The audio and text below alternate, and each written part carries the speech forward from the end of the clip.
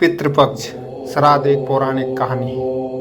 श्री कृष्ण भगवान ने कहा कि आत्माएं कभी मरती नहीं, ये बस एक शरीर से दूसरे शरीर में बदल जाती है। इसीलिए आप अपने पूर्वजों को जब भी कुछ अर्पित करते हो तो वो उन्हें मिलता है। दानवीर कर्ण, जिनके नाम के आगे ही दानवीर था, उन्होंने पूरी उम्र बहुत दान दिया। जो भी उनसे कुछ मांगता वो उसे जरूर मिलता। कर्ण जब परलोक गए तो वहाँ उन्हें वो कुछ 2 गुना दिया गया जो कि उन्होंने दान किया था, लेकिन वो सब हीरे जवाहरात और सोना चांदी थे। कर्ण को खाने को कुछ नहीं मिला क्योंकि उन्होंने कभी भोजन दान नहीं किया था। कर्ण भूख से व्याकुल हो गए। अंत में यमराज की विनती करके धरती पर जाकर फिर से दान करने की आज्ञा मांगी। यमराज ने कर्ण को 14 दिन का वक्त दिया। कर्ण ने धरती पर आकर जमकर भोजन दान किया और श्राद्ध किया। जब कर्ण परलोक वापस आया तो उसके पास खाना पहुंच चुका था। इसीलिए हिंदुओं में भोजन दान करना बहुत शुभ माना गया है। श्राद्धों के दौरान तो गरीबों को भोजन खिलाना ही चाहिए। इसके जरिए हमारे पूर्वजों को सीधे ही पहुंच जाता है।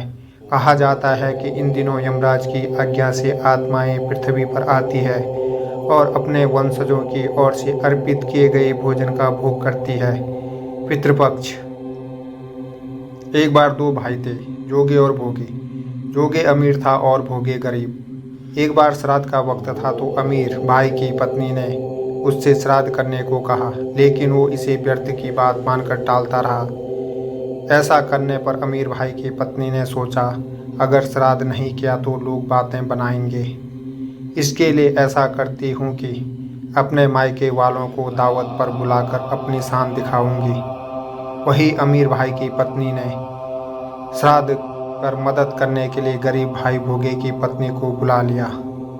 श्राद्ध का दिन आया तो भोगे की पत्नी पूरा दिन काम पर लगी रही। पूर्वजों के लिए खाना बनाया, लेकिन जैसे ही उनके पूर्वज खाने आए तो क्या देखा कि वहाँ पर तो अमीर भाई के ससुराल वाले खा रहे हैं। पितर निराश हो गए तो वो गरीब भोगे के घर गए तो वहाँ क्या देखा कि पितरों के नाम पर अगियारी दी हुई है। पितरों ने उसकी राख चाटी और भूखे ही चले गए।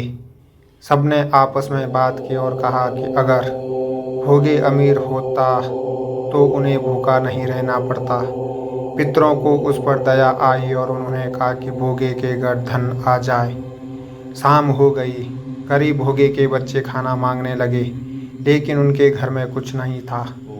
भोगे की पत्नी ने बच्चों को टालने के लिए झूठी कह दिया कि बाहर हौदी के नीचे खाना है, खा लो। बच्चे जब वहां गए तो देखा कि हौदी मोहरों से भरी हुई है। दौड़े दौड़े बच्चे माँ के पास पहुँचे और सारी बात बताई। भोगे भी अब धनी हो गया।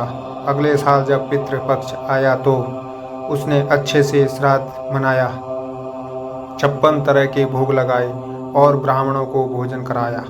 इससे पितृ बहुत खुश हुए और भोगे का धन और कुल हमेशा बढ़ता ही गया। आपको पोस्ट कैसे लगी? अगर अच्छी लगी तो चैनल को लाइक, शेयर और सब्सक्राइब जरूर करें। धन्यवाद।